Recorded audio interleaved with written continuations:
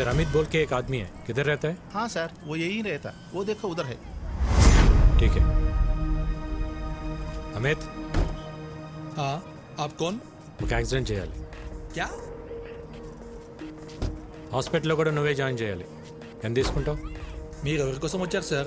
मैं ऐसा आदमी नहीं हूँ, इज्जत से अपना काम चलाता हूँ। జీకే बोले तो करेगा. कौन जी के? ఏం మాట్లాడుతున్నారు సార్? आप जाइए साहब, अपना काम करिए, आप जाइए। బయల్రాజ్ बोले तो ही करेगा क्या? सब कुछ मालूम हो गया. బయల్రాజ్ మొత్తం చెప్పేశాడు. సాలా బయలురాజు వాడు దొరికిపోయి వాడితో పాటు నన్ను ఇరికిస్తాడా? ఫోన్ కర్, ఫోన్ కర్, ఫోన్ కర్. సార్ ఎవరో జీకే గారంట హైదరాబాద్ నుంచి ఫోన్ చేశారు, ఒకసారి మాట్లాడతారా? జీకేనా? హలో ముఖర్జీ, విక్కీ గాడి మీద పగ తీర్చుకోవాలంటే బలం సరిపోదు, ప్లాన్ కావాలి. ప్లాన్ అంటే? ఇక్కడ వాడికో ఫ్యామిలీ ఉంది, వాళ్ళందరికీ వీడి మీద ప్రేమ ఉంది, వీడికి వాళ్ళన్నంటే భక్తి ఉంది. ఇదే ప్లాన్. నా ప్లాన్ కి నీ పగ తోడైతే విషయం చిక్కగా ఉంటుంది. జల్దీ ఆ జాओ, మిల్కే దేఖ్ లేంగే. ఓకే.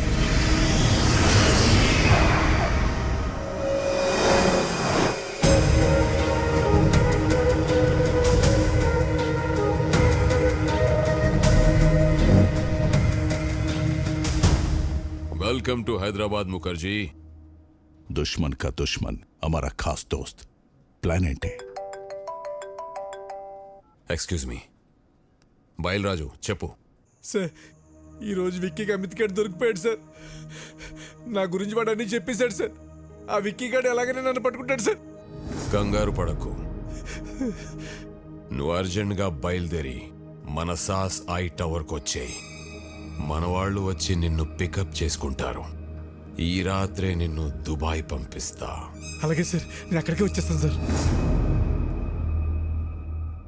ఎరా దొరికింద్రా, సొరచాప ఎక్కడున్న వస్తుంది. What's the plan? Ray Reddy sir, ఆ విక్కీ గాడికి ఫోన్ చేసి బయల్రాజు ఉన్న లొకేషన్ చెప్పు.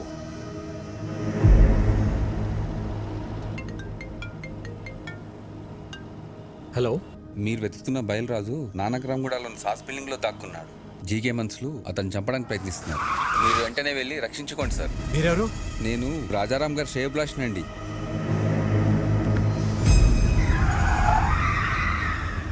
రాజారాం శ్రేయభిలాషి అంటే మరి అతనికి కూడా ఫోన్ చేయాలిగా మామ. అర్థమైంది అల్లుడు.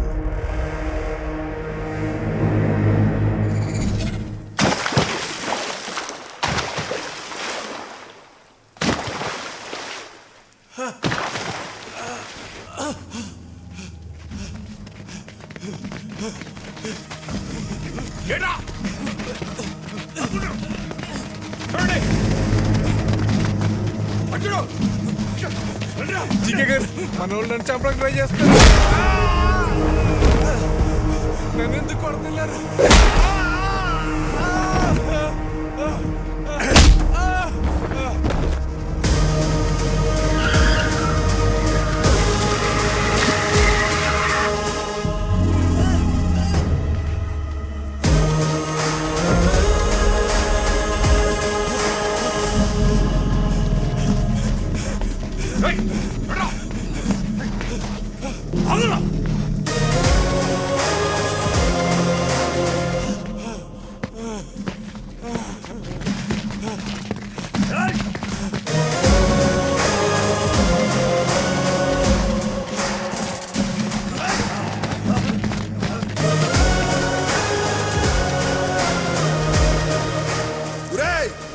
విక్కీ బాబు, విక్కీ బాబు నన్ను క్షమించండి విక్కీ బాబు.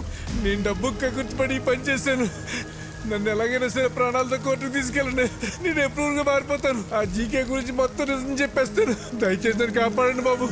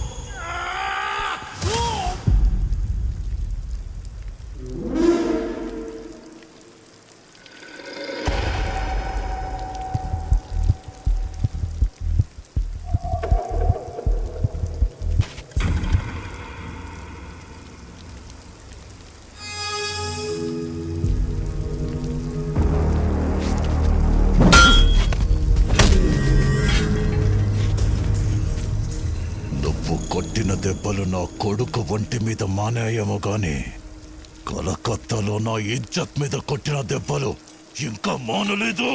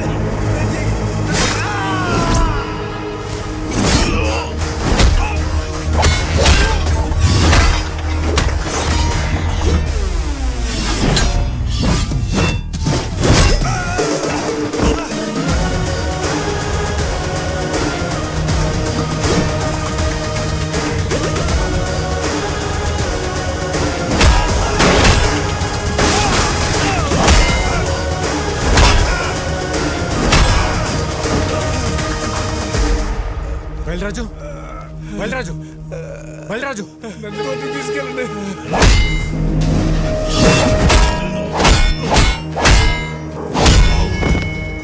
విక్కీ బాయ్ చూడదా मेरा पापा को लाइफ లో మళ్ళీ నీకు కనిపించు ప్లీజ్.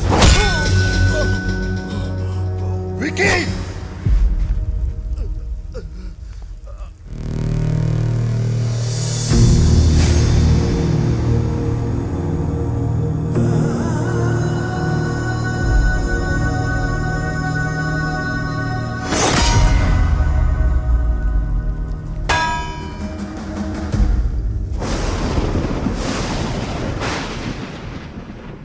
వాడి గురించి నాకు ముందే తెలుసుంటే మిమ్మల్ని అసలు పిలవమని చెప్పేవాడిని కాదు.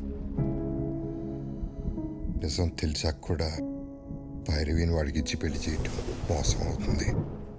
అది నాకు కరెక్ట్ అనిపించట్లేదు. నా వల్ల తప్పు జరిగింది, క్షమించండి.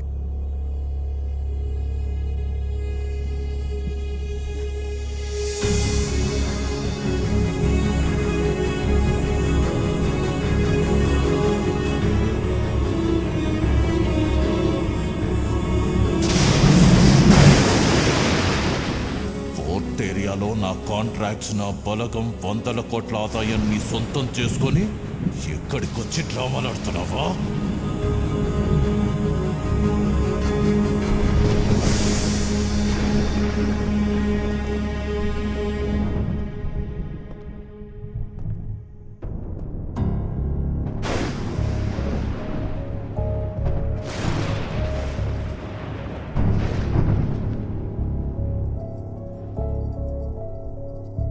విక్కీ, ఏంట్రా ఇదంతా? నీ గురించి మీ అన్నయ్య ఏదేదో చెప్తున్నారు. పెళ్లి జరగదని భైరవి వాళ్ళని కూడా పంపించేశారు. వాళ్ళు మనల్ని నమ్మొచ్చారు భవనా, వాణ్ణి కాదు.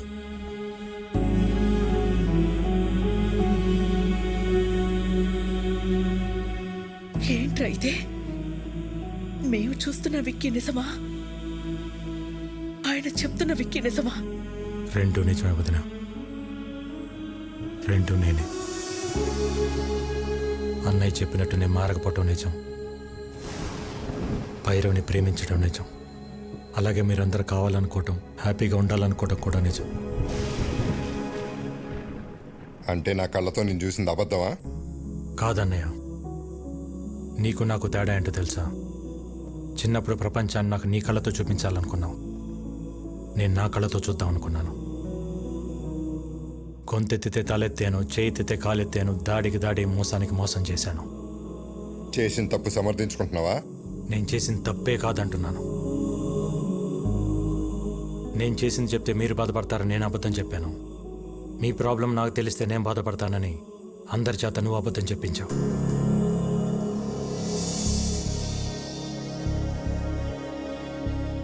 నిజాలిద్దరం దాచామన్నయ్య. రే, ప్రాణం పోసే అబద్ధానికి నిజం కన్నా ఎక్కువ విలువ ఉంటుంది. ప్రాణం తీసే నిజానికి అబద్ధం కన్నా ఎక్కువ ప్రమాదం ఉంటుంది.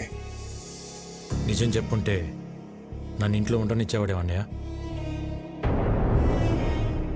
నువ్వు మంచితనం, నిజాయితీ, కల్మషం లేని మనసు దగ్గర ఆగిపోయావు అన్నయ్య. ప్రపంచం మారిపోయింది. ఒకప్పుడు తల దించినోడికి మర్యాద, ఇప్పుడు చెయ్యి ఎత్తినోడికే మర్యాద. ఒకప్పుడు తప్పుని ప్రూవ్ చేయడానికి సాక్ష్యాలు కావాలి, ఇప్పుడు నిజాన్ని నిజమని ప్రూవ్ చేయడానికి సాక్ష్యాలు కావాలి. మారాలన్నయ్య. ప్రపంచంతో పాటు మనం మారాలి. మారకపోతే చంపేస్తావా? ఈ ఇంటికి కొన్ని ఆదర్శాలున్నాయి, ఈ కుటుంబానికి కొన్ని విలువలున్నాయి. అవి లేని వాడికి ఇంట్లో ఉండే అర్హత లేదు. పొరబెట్టి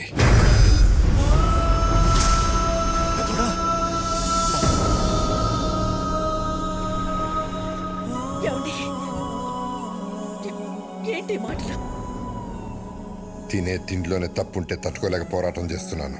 అలాంటిది ఒక తప్పుడు మనిషిని ఇంట్లో పెట్టుకోమంటావా? పొమ్మనండి నన్ను బయటికి.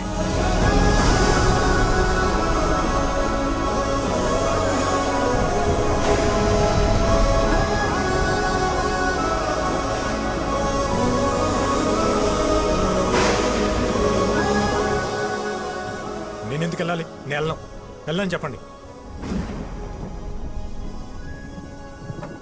ఆయనేమో నేను తిరిగి రావాలని హోమాలు చేయొచ్చు, వదినేమో నేను బాగుండాలని చెప్పి పూజలు చేయొచ్చు. కానీ ఇంటికి కష్టం వచ్చినప్పుడు నేను నిలబడటం తప్ప? నాకు ఆ మాత్రం బాధ్యత, హక్కు ఉండదా? ఉంటుంది. ఎప్పుడు? నువ్వు నిజాయితీగా ఉన్నప్పుడు, ఎవరిని మోసం చేయనప్పుడు. అయినా ఇంట్లో ఎప్పుడు ప్రేమల గురించి, గౌరవాల గురించి, బాధ్యతల గురించి మాట్లాడేవా తప్ప హక్కుల గురించి ఎప్పుడు మాట్లాడలేదు. నీకు ఆ హక్కే కావాలంటే మేమే ఇక్కడి నుంచి వెళ్ళిపోతాం.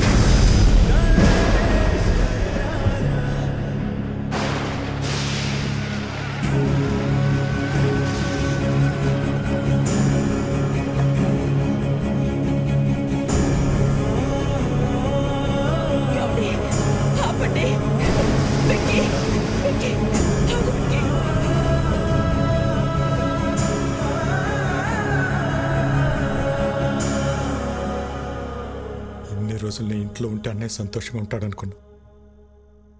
కానీ ఇంట్లో నుంచి వెళ్తేనే అన్నయ్య సంతోషంగా ఉంటాడంటే ఒక్క సెకండ్ కూడా ఉంటాను వదిన.